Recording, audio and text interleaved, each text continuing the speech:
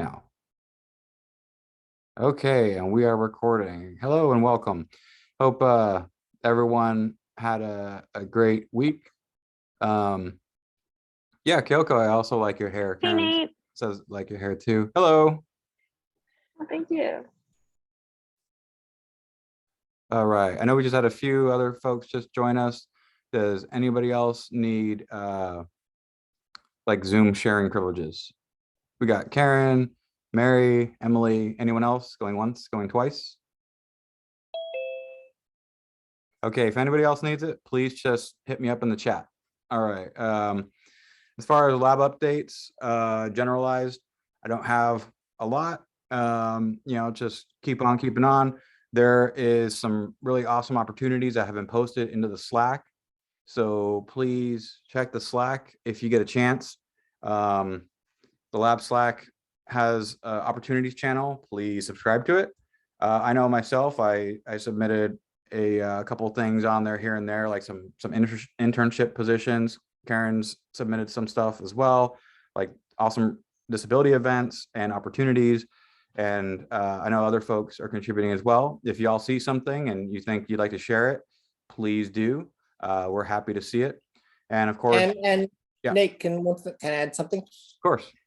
So some of you guys are freshmen, juniors, sophomores, and you're not, yet ready for the job market, but it's really good to, like, if you see a job ad, you're like, oh man, I wish I was a senior or something. Click on it and really, see what they want for requirements. See, like, if they say, oh, they need 6 months of this, or they need this language, or, you'll need, 3 letters from a professor. Really, try to figure out what they what that job might need. And so that's part of your, like, sort of career planning, is to be in that position where you're not only you apply for the job, but that you're going to be like the best candidate. So that's why it's really important early on to click on those.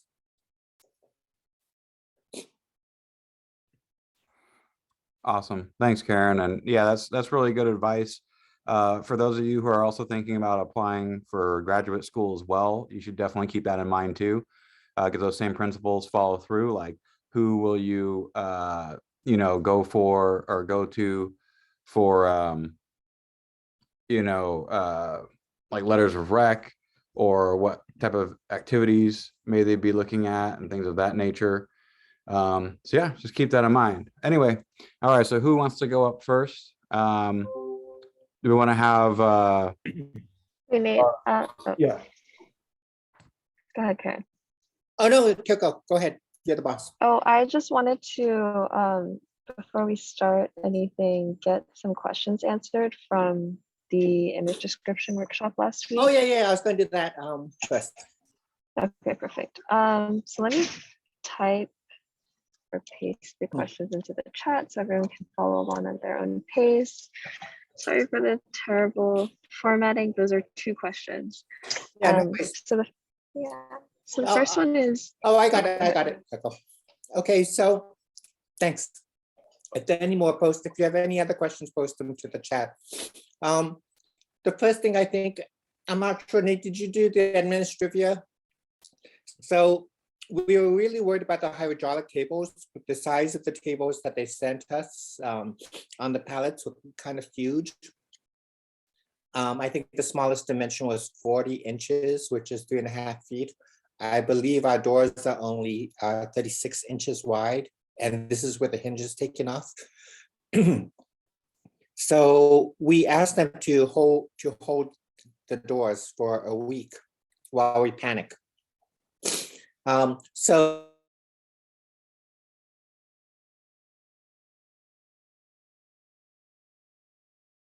them intermediary place, because I think we may like have to unpack them in the in the crypt, in the underneath the pool, In the dungeon. Yeah, in the dungeon, and then take them apart and then bring them in piece by piece into the lab. Either that, or a bunch of us are going to have to come in with some saws and saw a giant hole in the wall, sort of bank robber style, move it all in, and then bank robber style, like plaster over the wall, so it looks like nothing was like taken or passed through there. So we got to figure something out because, and then you saw how heavy it was. What was it, 800 pounds, 600 pounds? 600. So yeah, so we kind of wait. So that's the administrative year for the week. I don't think we have any other administrative year relating to Europe, right? There's nothing else in terms of announcements on the administrative side. Nope. So I think that we're all good.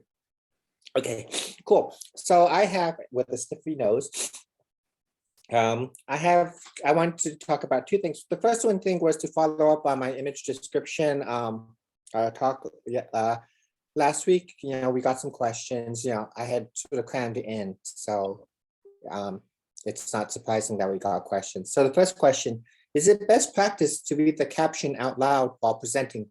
Since most of the time the audience, including those who read the caption, do not actually get slides before presentations. So this is a really great question, but built into it is this assumption that you're not giving the slides beforehand. So let me give you what the best practice is. The best practice would be to pre-distribute slides. So many organizers, if you give, they'll say, hey, can you give us the slides, you know, a couple days before the presentation. So those slides go to two groups of people. One is they go to the sign language interpreters. And at a later date, we'll do a talk about, I'll give a sort of mini talk about sign language. But for many newer terms, there isn't agreed upon sort of signing for some terms. And the interpreters, you know, they want to think about it, like what's the best way to describe a new concept or so forth. So they like to have the slides a couple of days before, and or if they see a concept being used many times, they might abbreviate it. And so they'll want to, like, you know, what is the actual abbreviation? Or if you use an abbreviation that needs to be spelled out, they want to be sure they have it. So usually an organization will want the slides ahead of time, like a organization that really thinks about access. So it's for the sign language interpreters, but then they often want a large print version or an accessible print version for people who are blind or visually impaired. So sometimes it's large print where everything is in, especially if you're reading a talk, that's a script, they might give the large print, or you might just give access to the text file. So yeah, in many disciplines, we just read our talks, which I find incredibly boring, right? We read from a script. So we send that in. For PowerPoints, PowerPoints are not inherently that accessible, but both Microsoft and Apple and elsewhere are getting really good about trying to make PowerPoints more accessible, more screen reader friendly. But you really do have to click on that caption button to like caption the text, because that tells PowerPoint that isn't a heading or a footnote that really attaches to the image. The really best practice, the one that I've seen, is to be so good at your talk that you don't really need to, that you're describing the image, but it's seamless inside the narrative of your talk. So you're not saying, and you know, I find it's very, or this is just my opinion, but I find it very clunky and very sort of to be like, and my next slide is this, and then I have an image of a panda, and the two pandas are, you know, something, right? Mimi and Wei Wei. I think it makes much more sense to be like, you slide into the slide, and you're saying, you know, for those following on, we're still on slide 63, and I'd like to talk about, you know, the issues around intellectual property. And one of the examples I want to use is pandas. And if we take two pandas, for example, Wee Wee and Mei Mei, and even though, you know, they might have babies, the license agreement that many users will sign with a, you know, so you build it in, you talk about what's important in the description. But I find that people who stop and like spend 5 minutes talking about the shade of green in the bamboo forest, that is not what the core talk is about, right? So you want to image describe, you want to make sure people don't feel left out, but you want to integrate it into the core. And I think image description is especially really good for the sciences, because they might put up a slide that's, you know, like, you know, a cell staining or something. And for some people, they can see what a cell stain looks like, or decode a bit of DNA, and some people can see it, but some people can't. Like, it's not that they visually can, it's just they don't know how to read it, they're not literate. And so I think a really seamless description of what you're looking for when you're doing, when you stained a slide is the best. So yes, have active captions and have good captions on them. But assume that maybe the person reading this will read it later, after the fact, or before the fact, right? And not necessarily what you have on your deck is not necessarily the transcript that you want for your talk. And I find reading it out loud is boring, just as reading text out on a slide is super boring. And I'm gonna make that mistake. The slide deck I'm using today is old, super old, so I make a lot of mistakes. So way too much text. Okay, what should we do with the written content on the slides that might be similar but not exactly what we'll be saying? Yeah, so I think the goal is I mean, where we're getting with best practices with slides, and again, I'm gonna make all the mistakes and you can criticize me because this deck is like 15 years old or 10 years old, is we're finding the less text on the slide, the better. Once people start paying attention and reading the slide deck, you are over. Right? So you really want to be really super brief. And that allows us, the audience, to engage in what you're saying, your words, rather than trying to read the deck. So that's sort of the goal. Now it's hard because some people, if they don't have a script, they blabber, right? They just go on and on and on. And before you know it, like me right now, what am I doing? I'm spending like 20 minutes on this. So if that's the case, often you'll have the deck, but you also have a written script that's different. And you can circulate that script too. You could say, if anyone needs an access slide. What I've also done in some of my presentations, maybe can I dig one up really quickly? What I've done for some, when I've given talks, what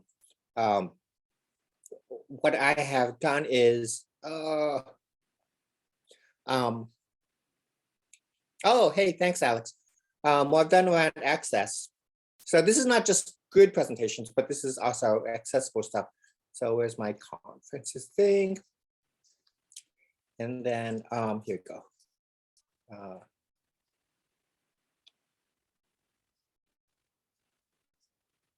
Nope.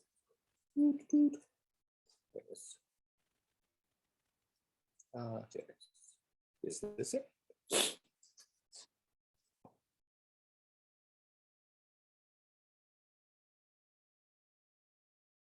Okay, so what I've done, I can't find a good copy right now, but what I've done for some is also on my website, where you can use a URL shortener. Is say at the beginning of the talk, hey, if you'd want an access copy of either my script, right, what I'm reading from, what I'm verbally enunciating, or of my slide deck, or both, I have both on my website, and I give a shortened URL that I'll read out loud. And that is short enough, because I have disability.jp. It's really helpful. I think it's very easy for me to give that, but it's a good thing. But yeah, give, I think we all want to be able to give good TEDx talks as part of what we're doing at the lab. Okay, and sliding seamlessly into not so good TEDx talk, with slides that have way too much text on them. What we want to do today was to bring everyone up to speed on the Americans with Disabilities Act. Again, this is one of those issues I'm going to talk about maybe 20 minutes and then have 10 minutes for Q&A. If it's stuff certainly you can, listen with one ear and then try. I think part of the thing you want to do is to figure out, okay, what don't I know? Or what do I want to emphasize? What it can get wrong? The slide deck seems like super old. So, right. The slide deck is so old that the pixels have turned yellow. It's like, geez, how? I've suffered data rot and my pixels turned yellow. Okay. So, when we talk about equality versus equity, there are different there are different sort of descriptions that people use, and this is for my class 189. So if you take 189, you'll get this version again, but this is the super speeded up version, right? So if we have, so an image description, if we have 3 people who are watching a baseball game and the 3 people are different heights, if we give them all the same and they're blocked from viewing the baseball game because they're standing in front of a fence that is too high, giving each of them the same box only really helps a very tall person and a medium tall person. It wouldn't really help someone who's too short, even with the help of the box, to see the baseball game. We may think that, hey, we're being equitable because we're giving or we're treating them equally because we're giving them boxes of the same height, but this isn't really equitable, right? Because even with boxes of the same height, they're not able to enjoy it, right? It's equal, but it's not equitable.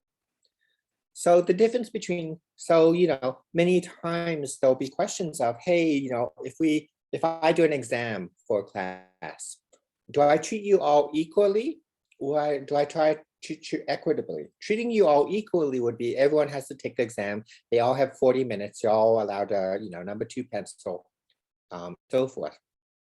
And you're all in a big, huge, lecture hall. So everyone's being treated equal. What's wrong with that? Well, the reality is that some people need extra time. Some people get extremely anxious and don't want to be in a big lecture hall. Some people need to be really quiet and so forth. And so for the exam to be equitable, they need these accommodations. So that is the question of this, which is, hey, the equitable thing for the kids at the baseball game to watch it would be the tall guy doesn't need a box at all. He can just look over at the fence. The medium tall person may only need 1 box to look over the fence so they can enjoy it. But the really short kid may need 2 boxes. And this is equitable, or treating people equitably, right? It allows them all now to participate. Ideally, we would want to get to the third image, which is removing the systemic barriers. So how can we, Kira, right, truly. So, give them this slide. So how do we remove the barriers? How do we make it so that there's no one needs any boxes at all, right? And so that would be the goal of sort of trying to rethink, for example, testing methods that really don't have built into them systemic injustice or systemic barriers. So in the class version, I would say, how do we define disability? What are the categories of disability? We don't, I don't want to go too much into here. Generally in the lab, we think a lot about physical disabilities, mobility disabilities, right? We think about psychiatric disabilities. There's a lot of names that people use for psychiatric disabilities as well.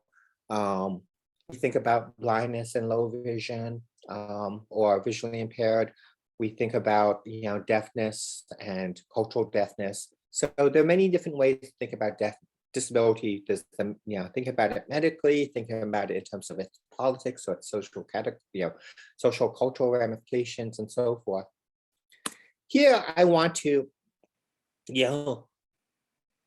really focus that when you need to define the word disability, you really need to think, what are you defining it for? What is the purpose? Because defining it for one thing may not give you the same definitions that you really need for other things, right?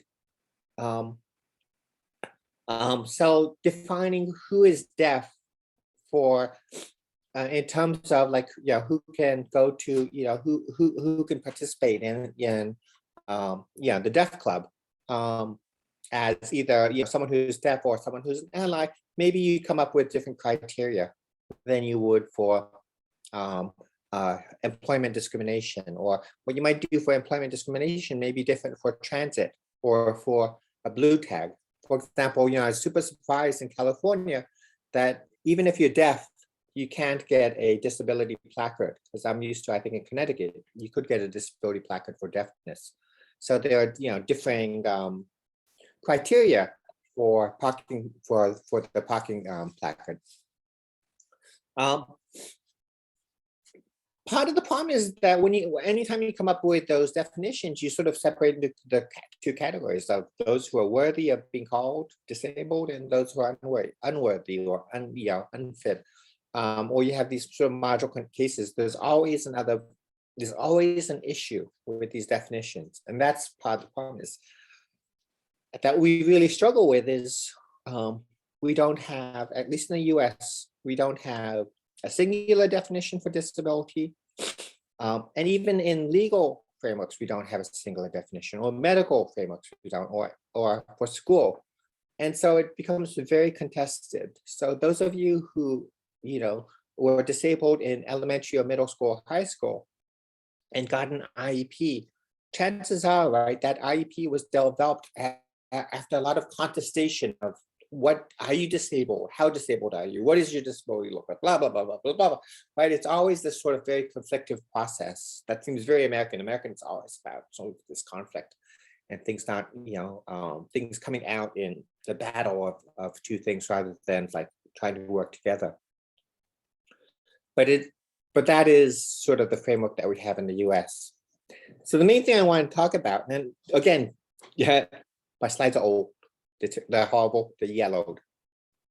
So bash me away from my slides. So what I'm talking about today is the Americans with Disability Act, passed 32 years ago. Like it's older than most of everyone in the room except a couple of people, right?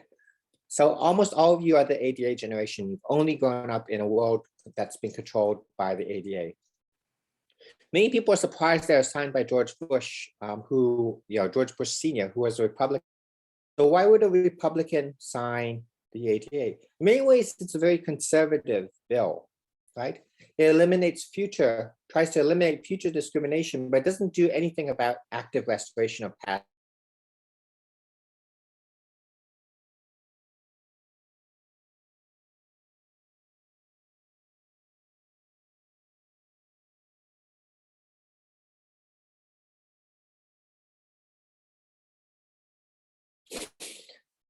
True to its conservative values, ADA has a really small state role. The government really doesn't do much, and individuals are, most of the burden is on individuals. And this is a huge problem, especially when the burden is on individuals when discrimination happens. The individual is responsible for doing something, and that has turned out to put a really heavy burden on people.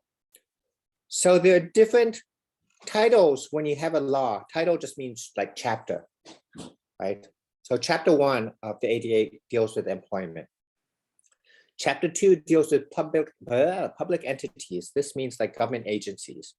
Chapter 3, Title 3, public accommodations. Public accommodations has a special meaning under the ADA. It means anywhere the public can go. So it doesn't mean, like things the government owns. It means anywhere the public can go freely.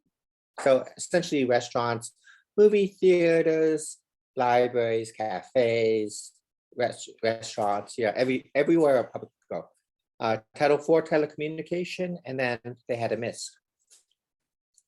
So I'm going to talk really briefly about all of these different chapters, all these different titles. One of the areas the ADA has done the weakest is Title 1 in employment. And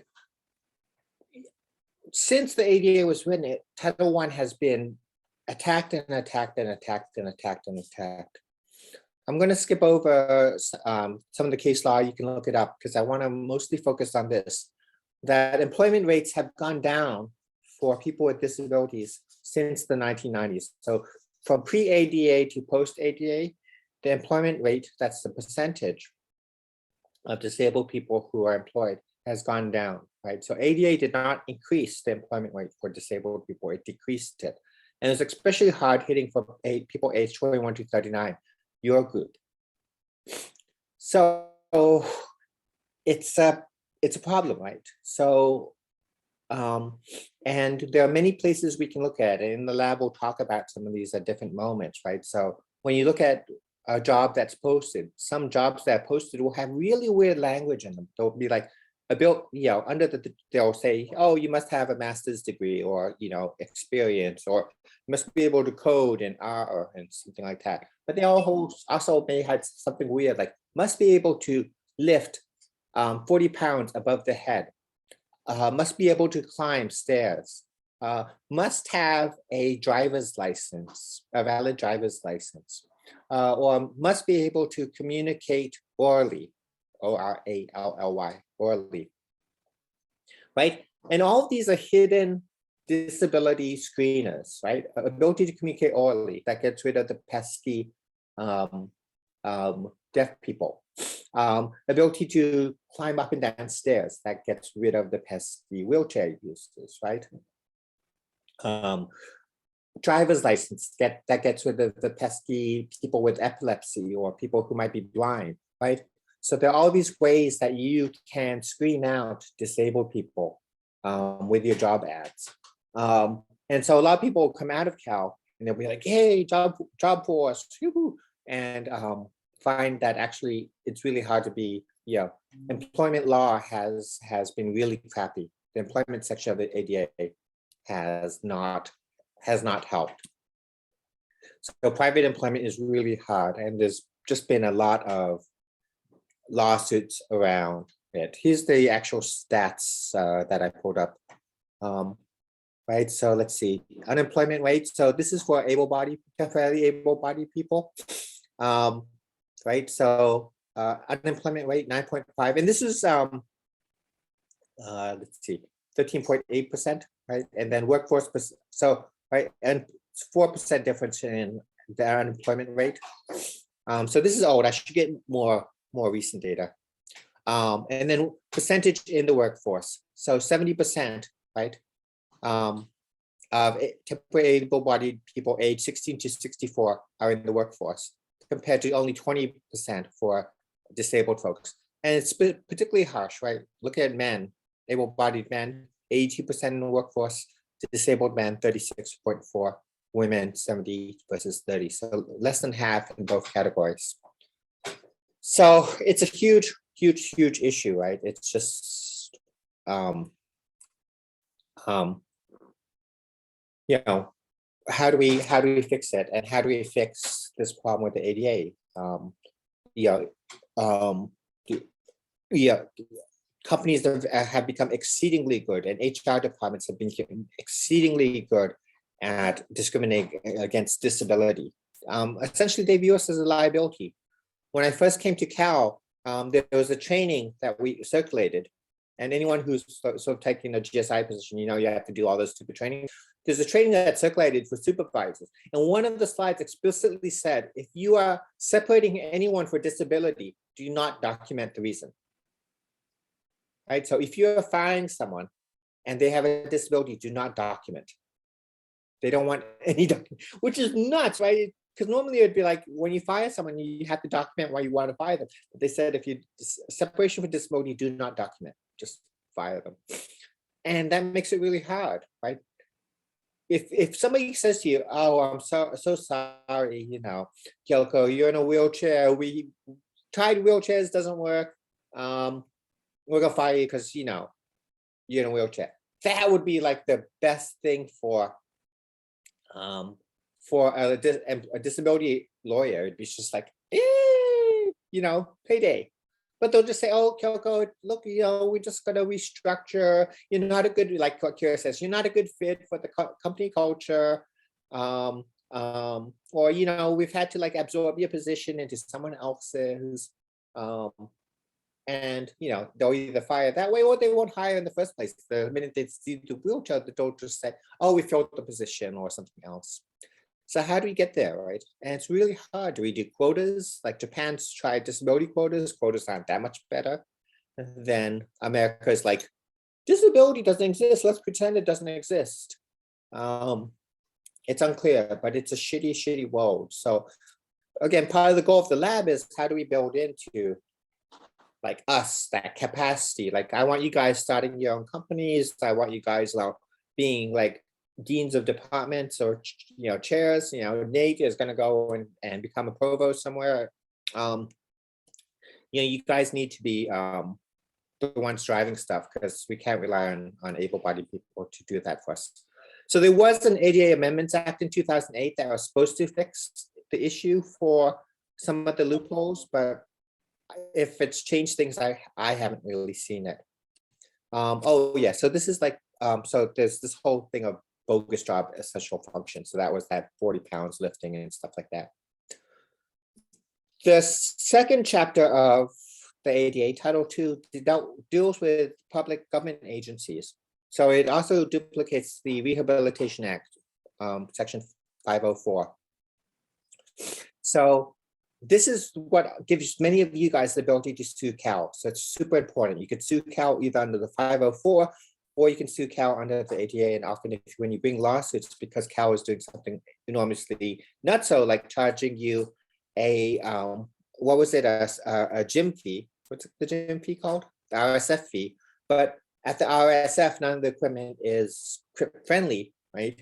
And you know, a lot of the sports programs are not CRIP friendly.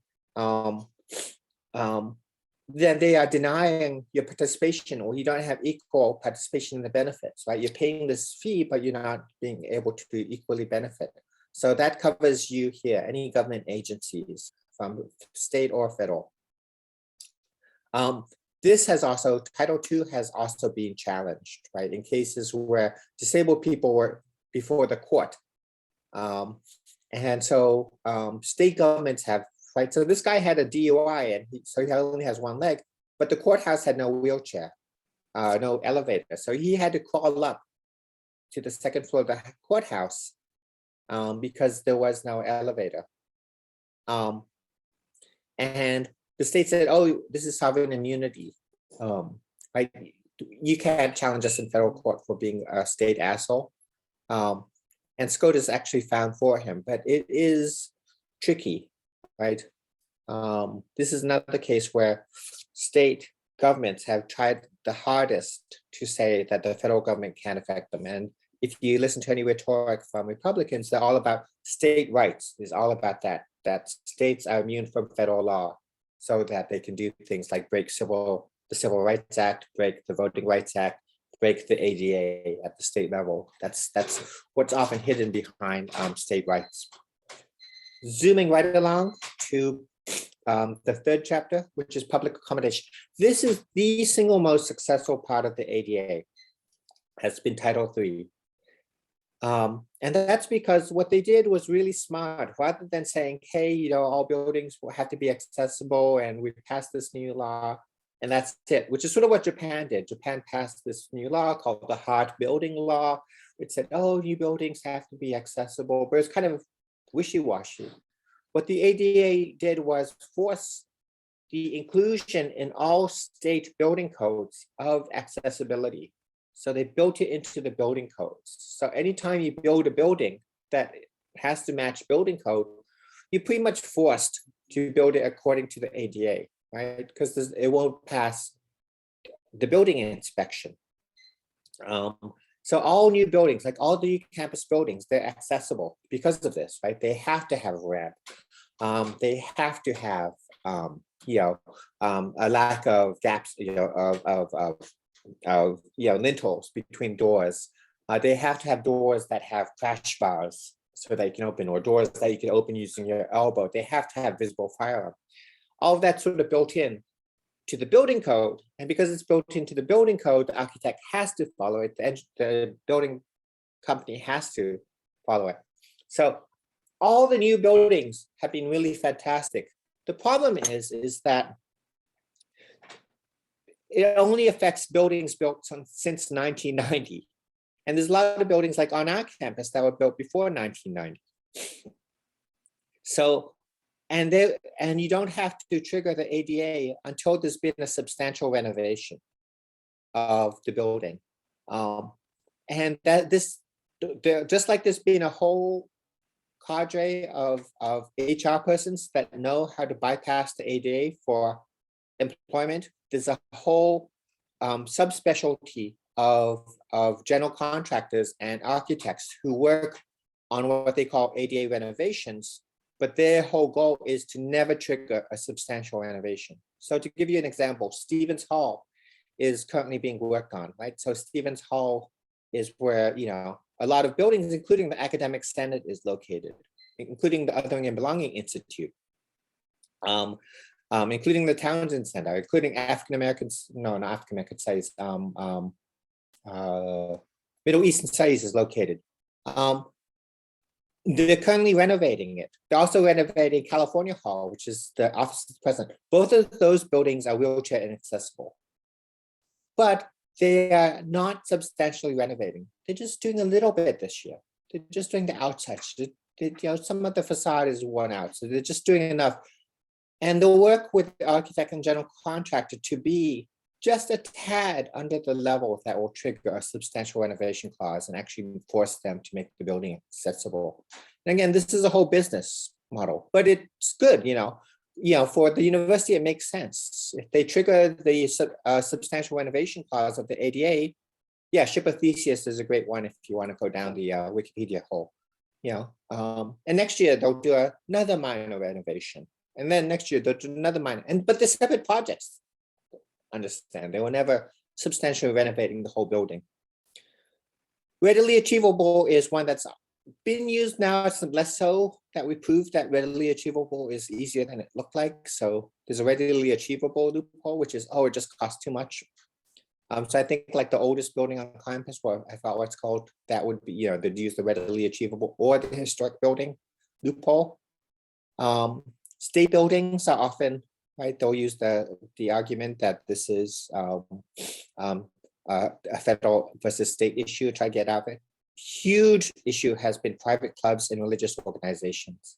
So just like the golf tournament that, doesn't have to allow women, Uki women, because girls would like bring cooties, private clubs don't have to include disabled people. Religious organizations don't have to include disabled people because, God only wants the able body or something like that. So, there's so many loopholes and it's become a big thing. But because of the building code renovation part, this has been the most successful part, right? And I think, due credit is due credit, right? All the train stations have been built, everything has been up to that. Telecommunications is less important now that we have supercomputers in our pockets and so forth. So that was my ADA talk. Or the overview of the law. When we do this in class, we also do things like we learn how to measure like doorways for if they're wide enough, how to look at door handles to see if they're ADA compliant. Ramps and slopes to see many slopes that are built on buildings are built for delivery people, and they're too steep for for wheelchair users, or if they don't have landings. We also use we also are critical of sort of fake ADA. So let me see if I can pull it up really quickly.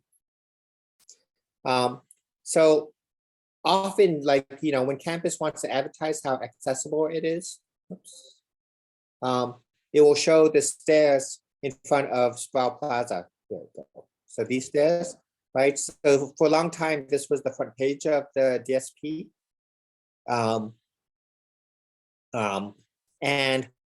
Until I told them, guys, this is you're super embarrassing yourselves when you use this as the cover image for the DSP, because these stairs, so these are stairs, so I should visually describe it because I'm careful.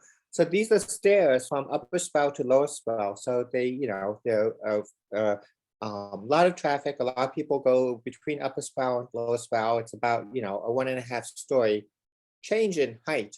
And so what the architects did is to build 2 large stairways with landings, but then to have a series of crisscrossing ramps that crisscross the stairways. And designs like this have often been used on sort of like for the cover material. This is universal design. This is how you can make beautiful design that is accessible. But it's only beautiful and accessible to people who don't use wheelchairs. So if you are a bipedal person, climbing these stairs is very easy up from the lower level Sproul to the upper level Sproul, right? Even for bicyclists, yeah, it's accessible for bicyclists, or maybe moms with strollers. So able-bodied people, it's accessible. But think of yourself as a wheelchair user. As you are navigating around some of these corners, notice how in between the stairs, down the slope, around the landing to another slope, there is no guardrail for the stair portion that intersects the ramp, right? This is terrifying, right? Because as you're going around, you're like, whoa, right? It'd be very easy for someone like a pedestrian who's not looking or who's looking at their phone to like bump you. And you're trying to make this corner and suddenly you get you bumped and you're like flying down the stairs, right? And you're going again. And again, you have to crisscross between people who are walking up. So you might get hit by someone and get sent down the wrong way. So many, and like this set is particularly steep, right? There's about 15 concrete steps there. So it's really terrifying to actually navigate this on a wheelchair user. So what this shows is this is a set of stairs that someone who was able-bodied, bipedal, designed, and they thought, oh, this looks so beautiful. And it expresses the type of access and openness and non-segregation of disabled and able people we want on campus, right? This embodies all those principles of universal design and everything that Berkeley means, but they never actually tested it on or ever asked the opinion of hashtag actually disabled people.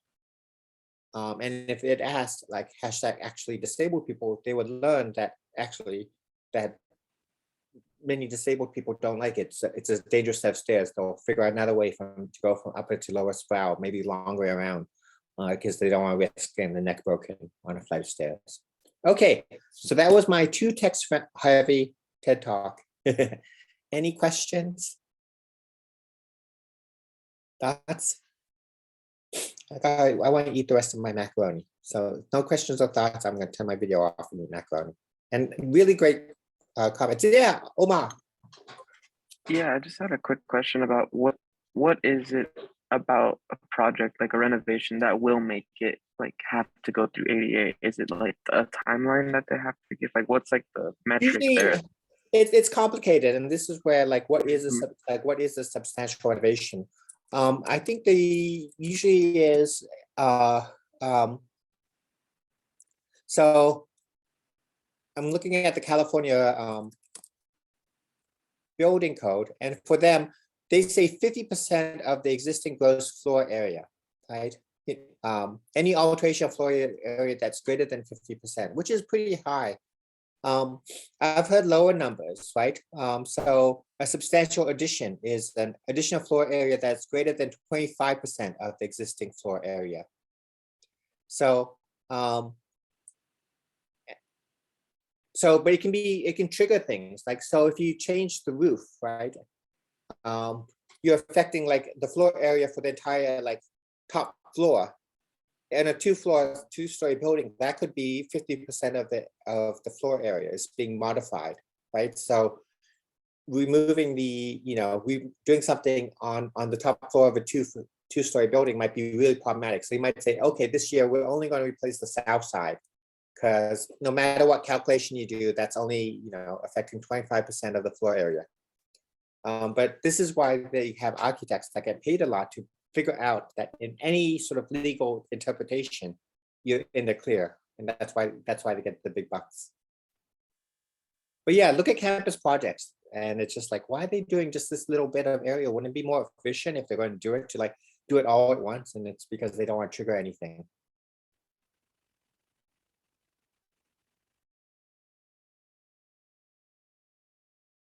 Hey, no more questions? Awesome, great question. Okay.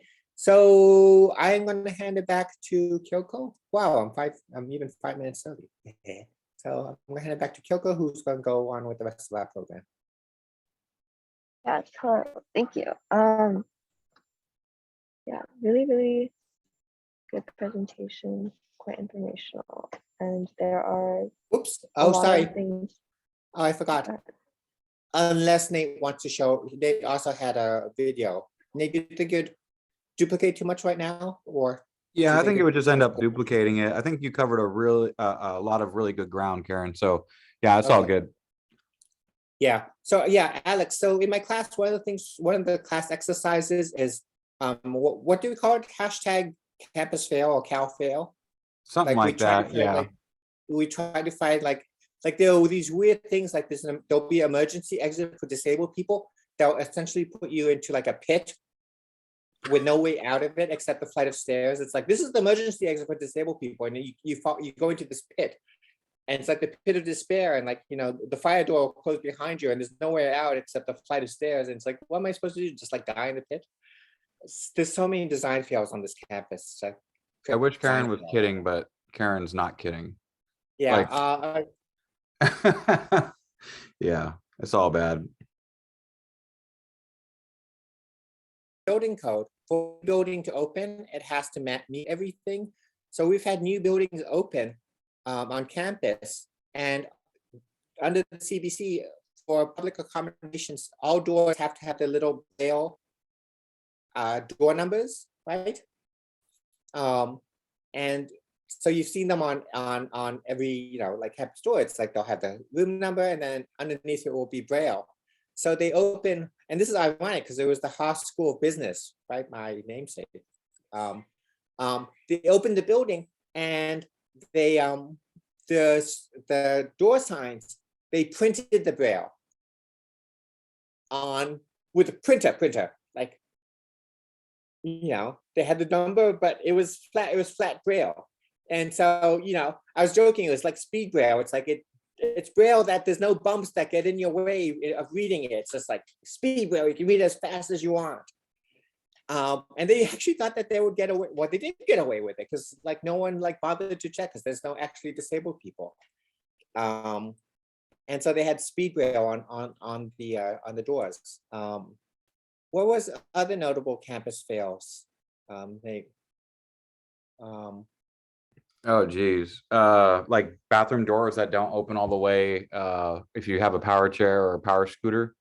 Yeah, those are big ones. Or like the pull weight is so heavy that there's no physical way that you can pull them open with one hand, right? It's Yeah. always supposed to do if you're in a wheelchair, you can't pull open the bathroom door. Oh, or there's no ramps into certain buildings. There's like elevators that go into it, but if the elevator's down, you're screwed. Yeah, So, Yeah. yeah, there's a lot of them on campus. You gotta remember too, that a lot of these buildings are over 100 years old too. yeah. So, Another one that I really liked was Barrows Hall. Is that the big English building? Yeah. no, Or- that's the other one. Wheeler. Wheeler Hall. So they designed it so that the wheelchair users and the sort of wheelchair ramp inside the building puts you out on the right-hand side. And so you come out of the building. But then the actual like slope on the outside stairs is on the left-hand side. So Yeah, it if you're doesn't- at night and you come out of the building and you're like, you know, it's twilight or it's dark, and you go down the wheelchair ramp and you assume that they would put the wheelchair ramp for the outside stairs in the same location that they put it for the inside stairs, you'll go down a flight of stairs and break your neck because they helpfully put it on the opposite side for no good reason, rather than putting it where, you know, one would actually expect. And there's no signage, of course, that says, hey, you're about to break your neck, except the fact that the landing suddenly disappears and stairs emerge. So yeah, so for yourselves, you know, just try to find like campus fails of just like, whoa, wait a sec, this is so incredibly stupid. And some people already putting it in the chat. Is there an example of a well? Oh God, I'm going to eat my pasta. I don't think so, to be honest. I mean, it's like, man, I'm sure there is one, but there'll be issues with it regardless. Like, for instance, like lack of signage or something like that. So like, if you need accessibility, like you can't even really get around the campus or get around the building, which really sucks because a lot of times they build certain parts of accessibility into other buildings. Like, what is it? On the north side, they're trying to build, and like kind of like to avoid the big hill, they're trying to like build the kind of not ramps, but kind of build like a pathway through some of the buildings up to the other side of North Campus, but they probably won't put signs there. You know, which is annoying. What's that one building that navigates horribly? Oh, the one that's Dwinell? 2 buildings?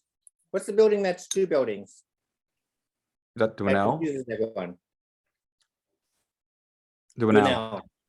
Yeah, why they don't just renumber that? I don't really understand. Like seriously, just renumber Dwell and you'll fix it. You know, other than that, the navigation in it is horrible. So, Especially oh if you're yeah, an accessible entrance.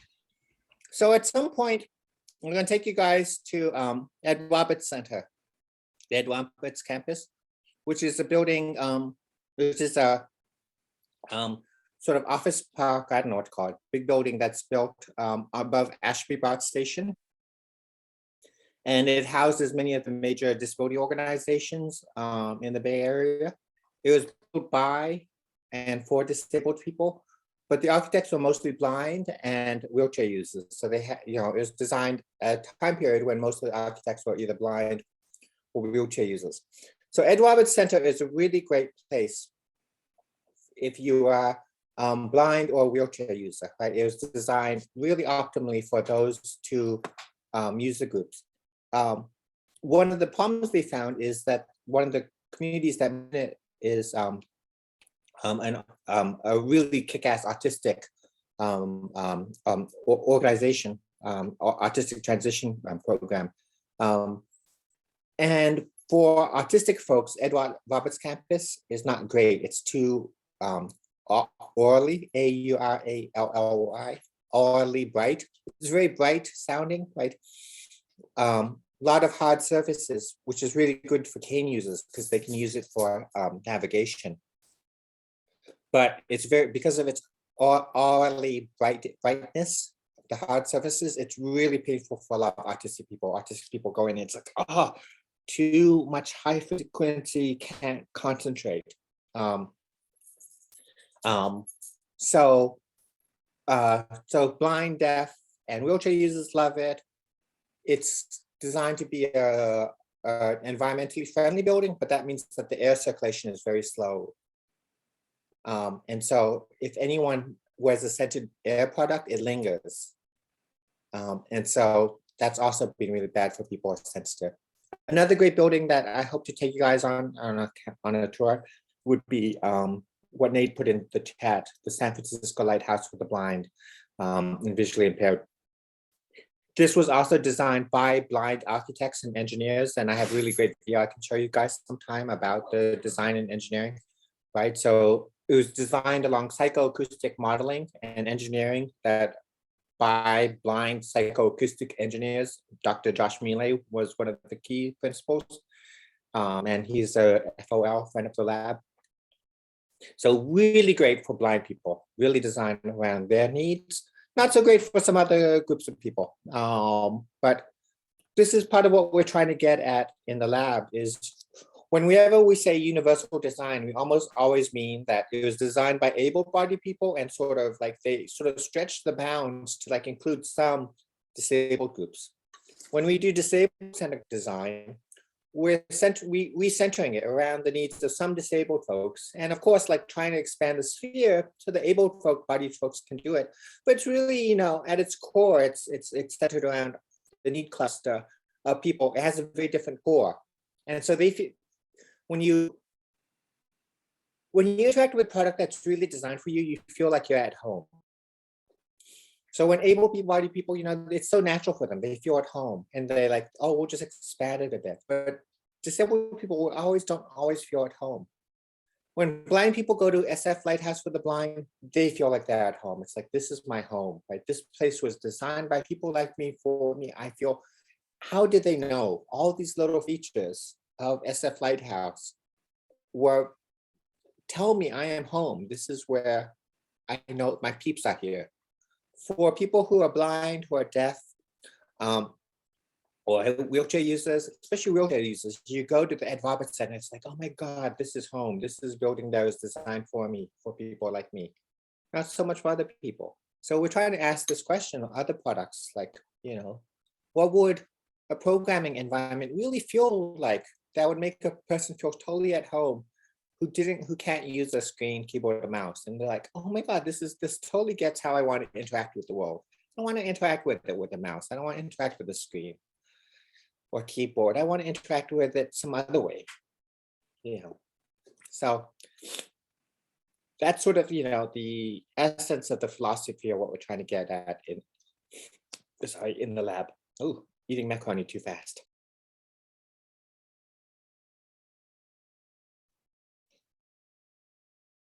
You got like mac and cheese, or is that like macaroni salad? Yes, inquiring mind wants to know. Alex says what kind of macaroni. Macaroni with meat sauce and cheese. Baked in the oven. Interesting. Sounds Baked good. macaroni. Baked macaroni. Okay, I was gonna say, is it from a tub? But okay, he says from the Oh oven. no, no. Saka made the sauce. I made that thing.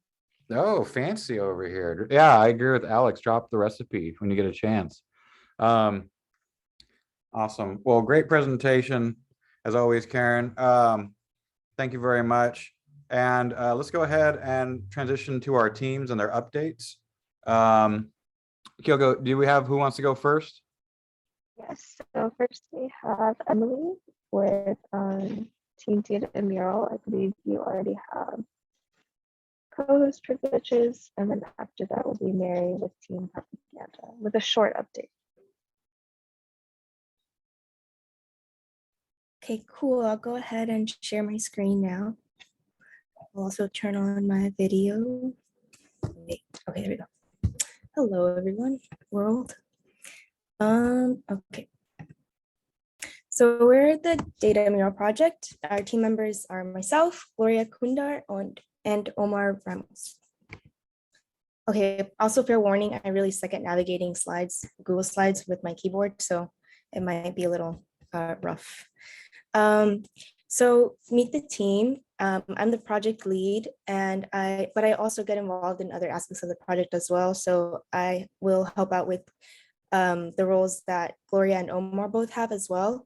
But Gloria will overtake communications, ethnographic research, and mural design, and Omar will head data analysis, mural design, and be a mural group facilitator. And the way that we assign these roles were based off of personal interests and also like skills. And so together, I feel like we complement each other really well. So I'm excited to work with everyone on the team. Okay.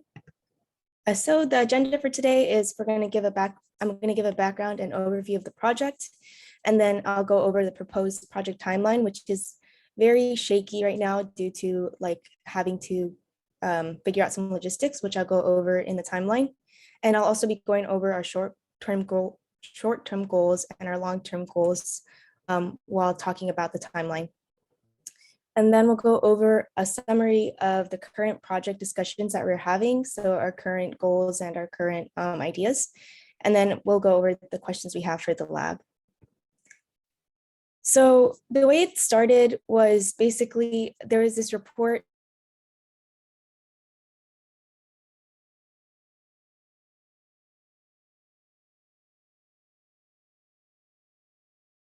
cities. And so this particular report looked at the well-being of students during the 2020 COVID pandemic, like at the height of the pandemic when it was first starting. And it surveyed over 40,000 students across 9 universities. And the data that was presented was astonishing to me. But not only that, I was kind of surprised by their survey methods and data collection methods, which I'll go over now. So as you can see by the graphs on the screen, we have rates of generalized anxiety disorder and major depressive disorder among students, undergraduate students at the university.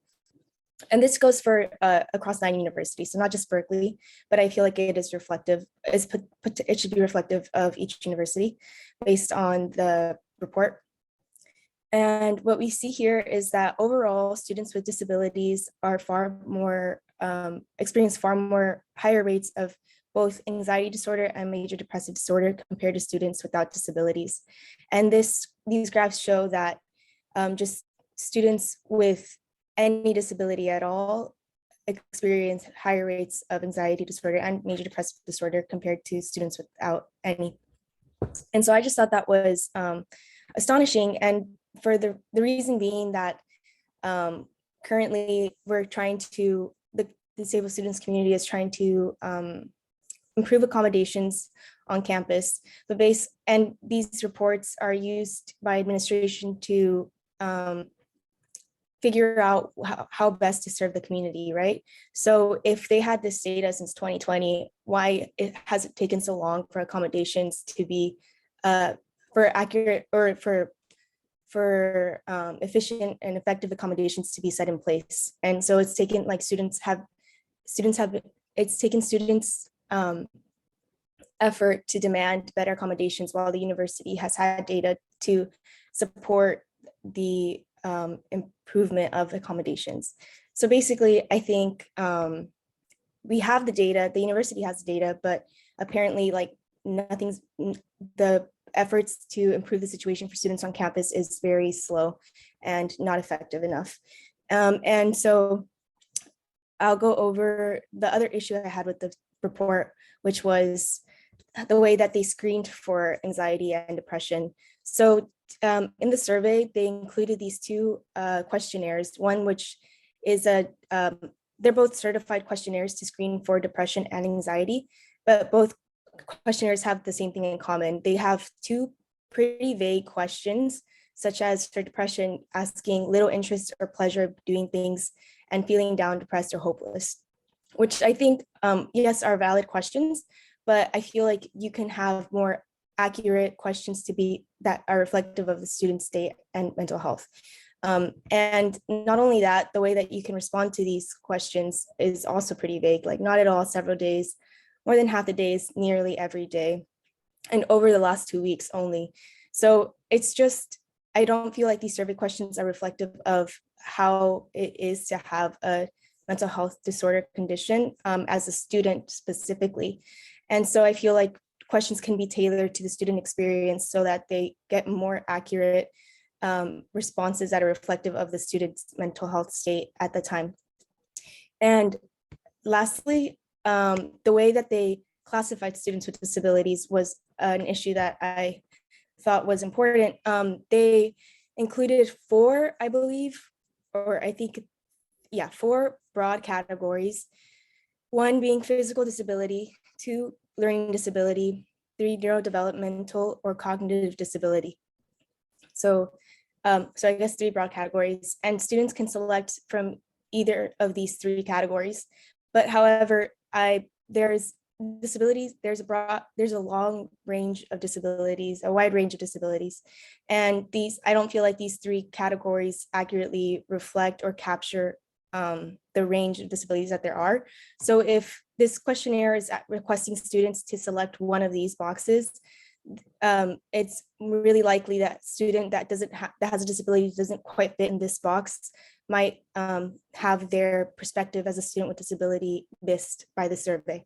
And examples of disabilities that could be listed are like psychological disabilities or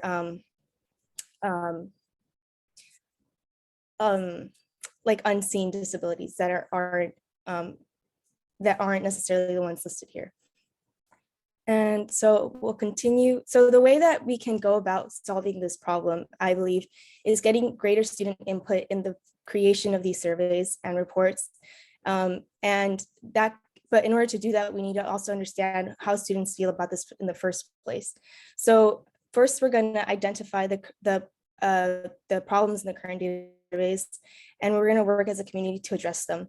So in the first phase, we have students, we try to understand student sentiment regarding the representation in the surveys and the collected data through focus groups, for example. And in the second phase, we give them the tools to share their thoughts and perspectives on how we can improve these surveys and how the administration can take action to create surveys and reports that are more reflective of the student population. And so both of these steps require analyzing and collecting data, and then using public art as a means of identifying stories and also sharing these stories. So for project implementation, we'd first generate and collect visualizations. And so one of them would be using visualizations from the report that I just shared. And then the second one would be creating our own visualizations from the University of California undergraduate experience survey. And so that would require us to look at that data because it also collects the wide range of information, but we'd only focus on questions pertaining to student well-being and mental health.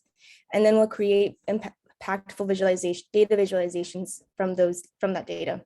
So that'd be like bar graphs, scatter plots, different ways of conveying the information that we find. And then second, we'd hold focus groups to have students engage with these visuals and to get their input on what they think about the representation in these data sets through the visuals. So we'll ask them questions regarding, do they feel like they're being accurately represented? We'll present them with the questions that these surveys ask students, and we'll ask students if they think these questions can be improved, or if there's any other thing that they should ask in addition to those questions, for example. And then lastly, we'll create an accessible dynamic data mural. And this would require a co-creation session with students and an artist collaborating to find a story within the data that they have, and particularly to tell a story that shares their perspective on how they wish to be seen and represented in data sets, as well as it'll also serve as like a call to action for the university to pay greater attention to the needs of the disabled students community, and also consider collaborative participatory research practices where community members and students can engage in the creation of data set surveys and data collection processes. And so just to give you an example of a data mural, here are two examples. The one on the left is a data mural created by the Somerville Food Security Coalition, which depicts both the struggles that the community faces in terms of like their food security, but also the resources that the community has available to the people who are struggling with food insecurity. And so they depict that through images, but also through words. And then the one on the right is just more of an abstract mural, which depicts students' experiences at a specific university in Brazil. Emily, I don't think the slides are showing up. Yeah, there you go. You got it. Wait, is it good now? I can't see them. Can you? All right, now it's fine. Now it works.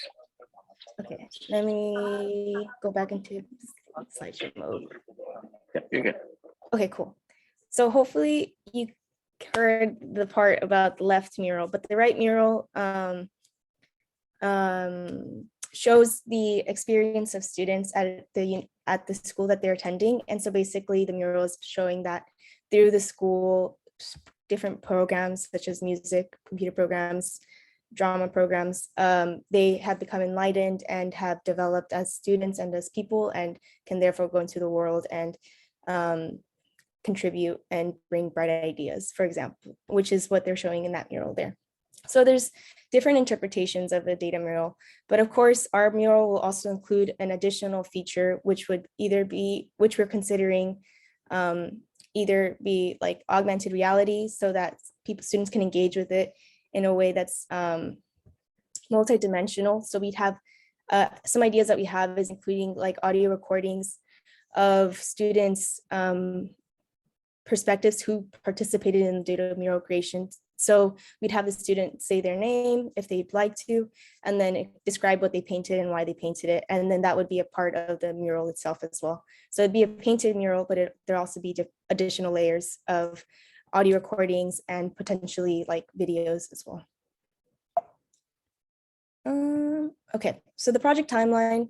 First and foremost, we need to complete the IRB, which is a heavy monster in itself. And we're in the process of working on that today for our team meeting, which will be held from 5 to 6. And our goal is to basically have this completed by the end of the month. So that's a short-term goal.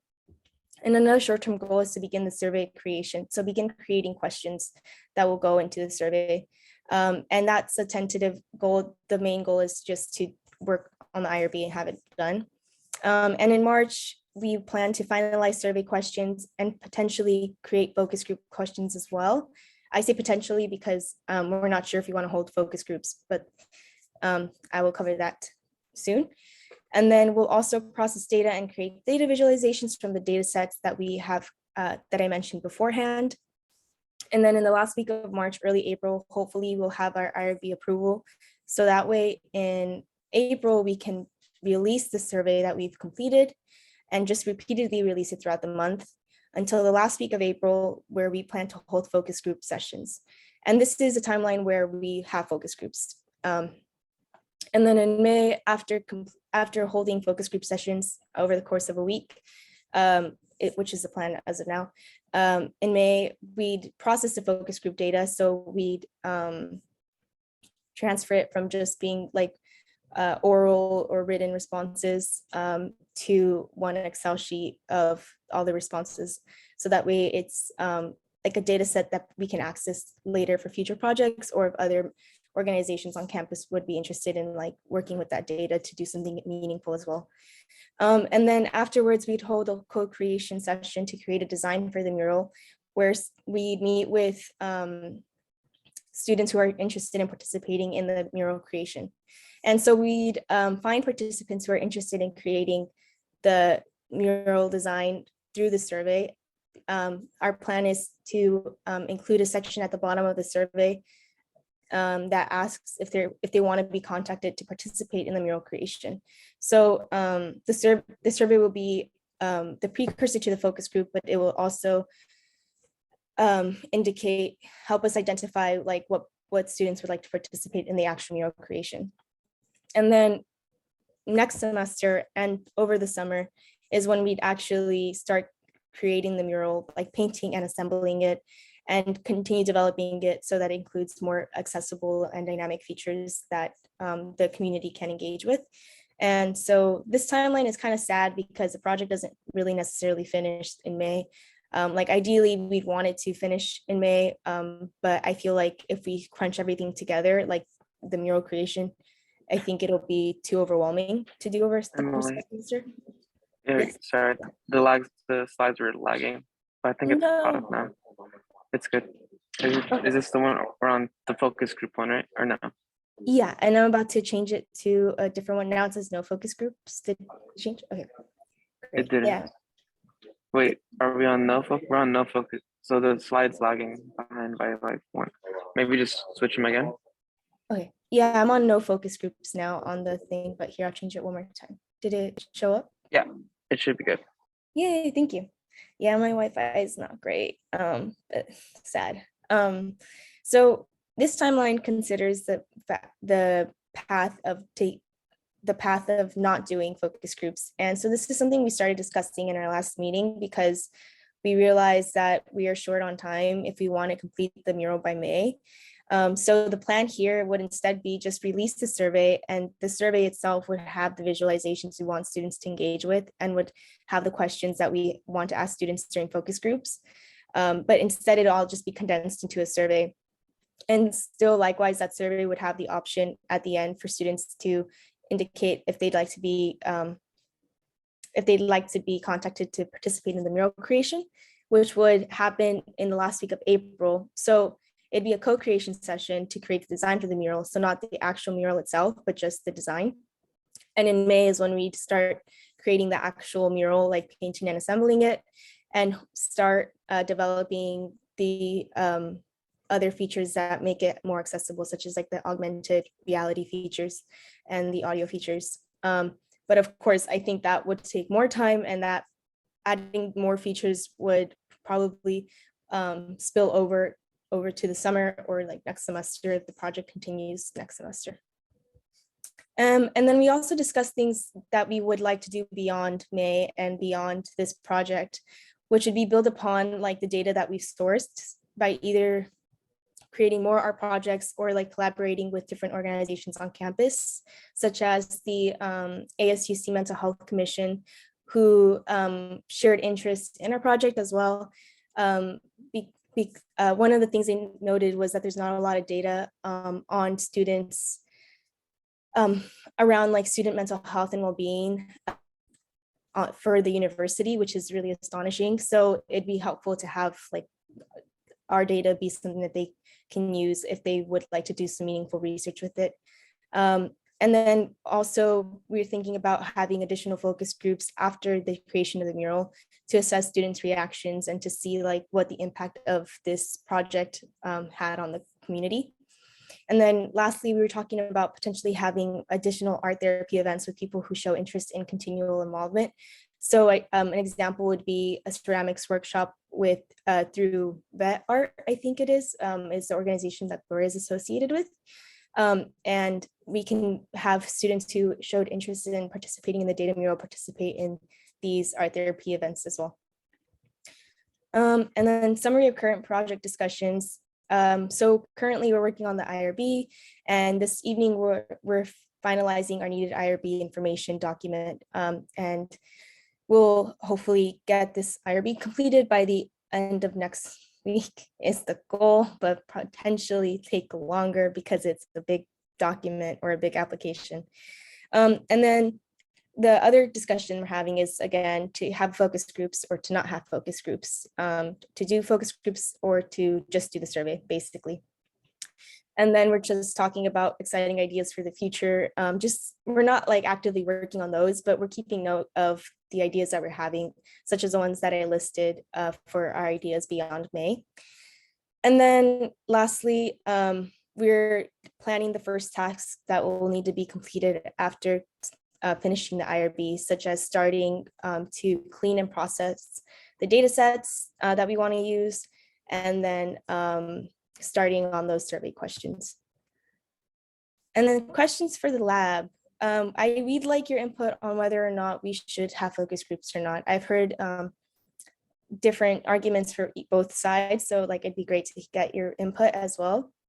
And then also we had questions about funding for incentives to complete the survey so that we get more participation for surveys and focus groups if we decide to do focus groups. And so incentives would be like either a raffle sort of situation with the survey. So like complete the survey and your chance to win a something, or like a Visa card for $50, for example. And then if people participate in the co-creation session of the mural, like they'd get like a $10 gift card to Pete's Coffee or something. And then lastly, is just a general question that came to mind was how to make data visualizations more accessible. I know we can include like alt text to the graphs, but I was wondering if anyone has any ideas on like other ways that we can make them more dynamic and accessible to the community. But those are the questions, and yeah, thank you for listening. But I'll go back to the slide, I guess, because those are the questions I have for members of the lab. But yeah, thank you.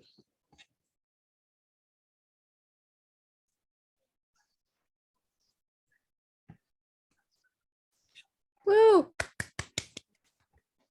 Yeah, I know it's very, very tough after presenting to hear no like feedback, but that was really, really amazing, Emily. Thank you. But yes, any ideas? And yes, I do have a husky. Okay, sorry, continue.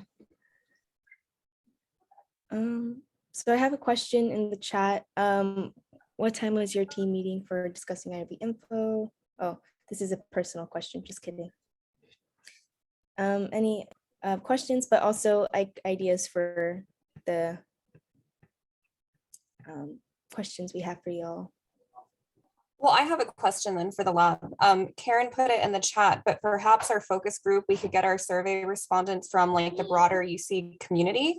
And then if ideally people participating in the lab would also survey, and then to sort of tap into that resource and see if you all would be interested in being part of our focus group to help us. If that is something that you guys could show us as like thumbs up or thumbs down emojis, I think that would be helpful for us to gauge what we can do next. That's a great idea. I feel like it's a lot more feasible too, I think. Thank you for all the thumbs. We appreciate them.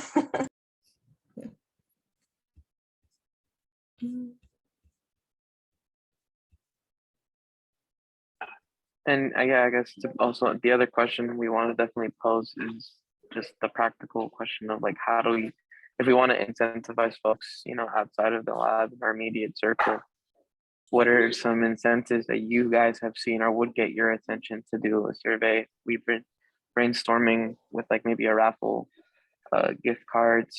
I don't know.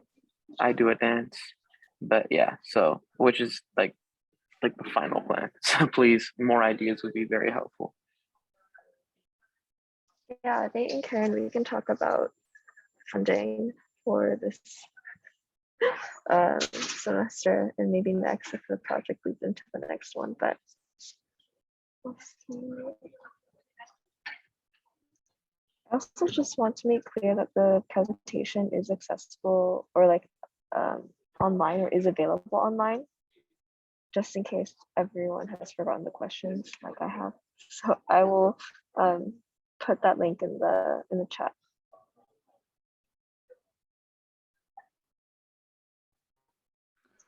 Awesome. Thanks, y'all. I think next up is propaganda. Yeah, give me a second.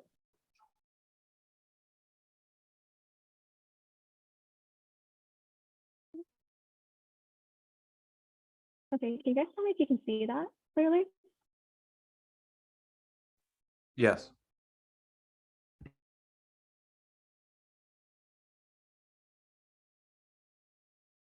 Updates from the past week. Just a brief side note, I'll be editing the slides to do static image captioning after the lab. None of our members were here last week, so we were a bit lost about what it was exactly, and we were not able to implement it into our updates this week beforehand. As a reminder of what we do, Team Propaganda takes part in broadening the public reach of the lab, especially to CRIP communities. A quote by Hari, who was last semester's lead for Team Propaganda. Last week, we were able to give 3 out of 4 of our team member introductions, and this week we are introducing our last member. This is Ethan, a sophomore at Woodside Priory High School, who goes by the he, him series. And as part of introductions, we asked our team members how they felt about joining the lab, and he said, "I am excited for this opportunity to help people and gain new experiences along the way." His fave song is Purple Emoji by $5 and is currently in charge of running the lab's Facebook account. Moving on to our goal updates. Here are last week's goals we were able to get done with and are still a work in progress. To start off, we have now introduced all the members from Team Propaganda this week. Our team still needs to watch all the lab recordings and take notes. Hopefully that will be sometime soon and we can get feedback on our presentations. We still need to meet with Dana to discuss oral archiving. Holly mentioned briefly that we will be in contact to find a time to meet this upcoming week. We created a Google Doc of campus and Bay Area disability or disability adjacent organizations and their contact information, although we'll continue adding to this and updating it throughout the semester. We figured out how we will present updates this week, but we are also planning for different situations that may occur in the upcoming weeks depending on other members' schedules. And we also assigned a propster or a Team Propaganda member to each team project this semester, although some project assignments are still not official. But if you're wondering who your assigned propster is, here is a screenshot on the left with a list of the members initially assigned for each team. If you and your team have not been contacted yet, we apologize for the delay. We are still checking on a few of our team members' schedules and workloads for the semester, but do expect to be contacted this week with details.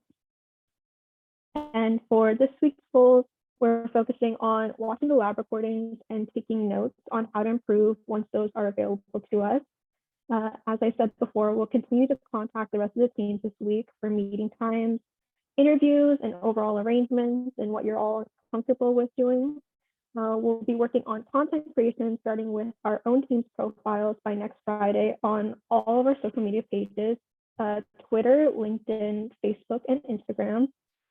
As part of our long-term goal, we'll also be brainstorming possible t-shirts, and or tote bag designs in our meeting this Sunday. We have some ideas from last semester and we'll be continuing to work on those.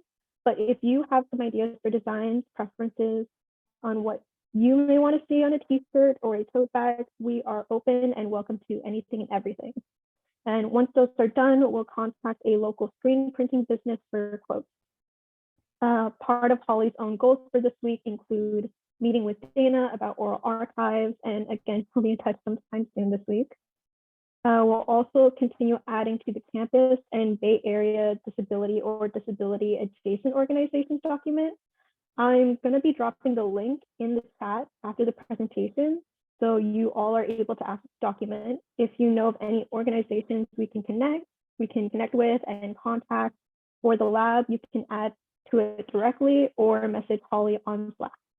And we'll be updating these goals for next week's presentation. In terms of our updates, that's all we have for team propaganda, but in terms of feedback, we wanted to take more pictures of meetings we have on Fridays and post on our social media even more. With it being on Zoom, we wanted to know if you'd all would be comfortable with being published on our social media pages, and what should we do in terms of consent about actually like putting people's names up there, or like people who have their videos on and stuff like that. Thank you. Thank you, Mary.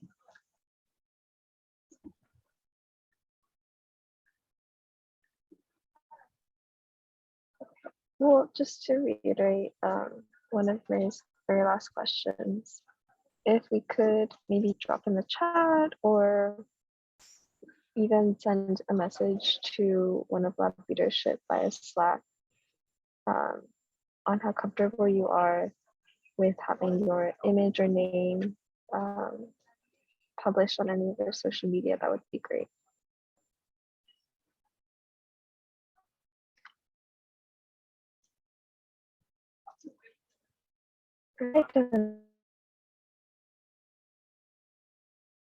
The list of disability organizations that we could potentially work with via team prop. Ooh, Abby, that's a good idea. We could open a breakout room and anyone who doesn't want to be in it can go there for the like time it takes to take a photo, I guess.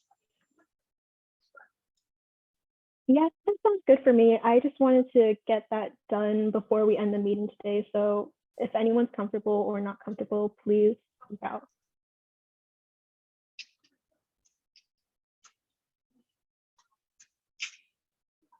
Let's see. Wait, I don't think I can make breakout rooms with my Okay, give me a sec. co-host permission. Okay, breakout room opening. Recreate breakout rooms. Sign automatically, assign manually, let participants choose. Okay, so I'm going to open a breakout room and then we can do that. How does that sound? Yeah, one breakout room, and folks who don't feel comfortable being in the lab photo, just pop into the breakout room and then come back in maybe like a minute. Okay, I'm opening it now. And for the lab photo, if we could have cameras on, that would be amazing. And if not, that's totally fine as well. Okay, the breakout rooms should be open. Let me know if they're not. There's two for whatever reason. That's what the option gave me. So you can just pop into one or the other. It doesn't matter.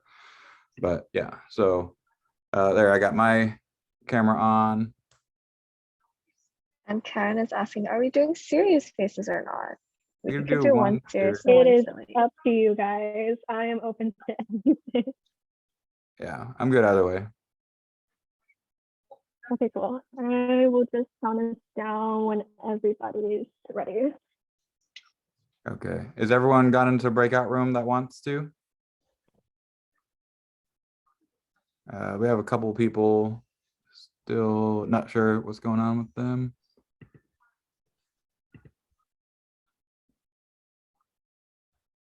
Well, let's take the photo and then we can publish the photo in the Slack and then ask if everyone is okay with it just once again. And then people can Photoshop themselves in. Okay, Yeah. sounds Okay. good. Cool. All right. We're out, yes. Okay, I'm gonna count down in 3, 2, 1. Oh, so cute. Okay, thank you. There, you got a haircut. I'm gonna trim like I need to get a inch or two haircut. off. too. Okay, so I will publish the photo on Slack, and then again, if anyone's uncomfortable, just let me know. And if someone wants to be photoshopped, we will also do that too. And yeah, that's about it. Thanks, guys. Yay. Thank you. Okay, and closing the breakout rooms now, so they should be good.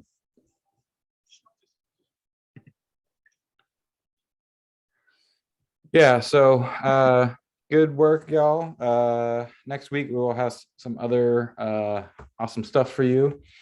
I don't think we have anything else, but we do need some help on Tuesday with the tables, and that would be greatly appreciated. If y'all can help. Omar's asking what time. Should be 2 o'clock, I believe. 2 p.m. on Tuesday, if y'all are available. And we'll update you if that time's going to change. Yeah, I'm double checking right now. Yep, 2 o'clock with David, who is the department manager for anthropology. So he's gonna help us out with it.